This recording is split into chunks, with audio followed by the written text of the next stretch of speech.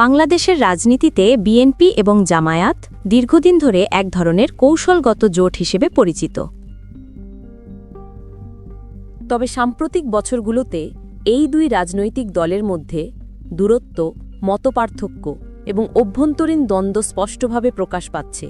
এই দ্বন্দ্ব শুধু রাজনৈতিক অবস্থানে সীমাবদ্ধ নয়, বরং নেতৃত্ব, কৌশল, ভবিষ্যৎ কর্মপন্থা এবং নীতিগত অবস্থান নিয়েও গভীরে পৌঁছে গেছে। বিএনপির অভ্যন্তরে একটি গুরুত্বপূর্ণ প্রশ্ন হল, জামায়াতের সঙ্গে সম্পর্ক রাখা আদৌ দলটির জন্য লাভজনক নাকি ক্ষতিকর।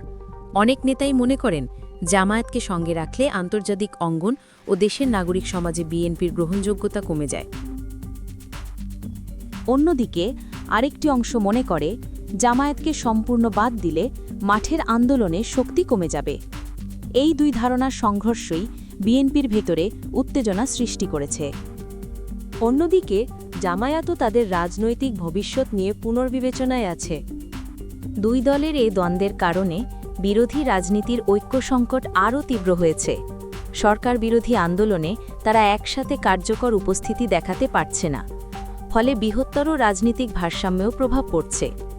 দেশের সাধারণ জনগণ, বিশেষ করে তরুণ ভোটাররা এই বিভক্তির কারণে বিরোধী রাজনৈতিক ধারার শক্তিশালী বিকল্প দেখতে পাচ্ছে না।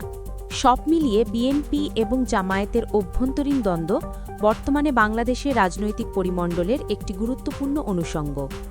এই দ্বন্দ্ব মেটানো না গেলে বিরোধী রাজনীতির পুনর্গঠন ও ভবিষ্যৎ কৌশল আরও দুর্বল হতে পারে।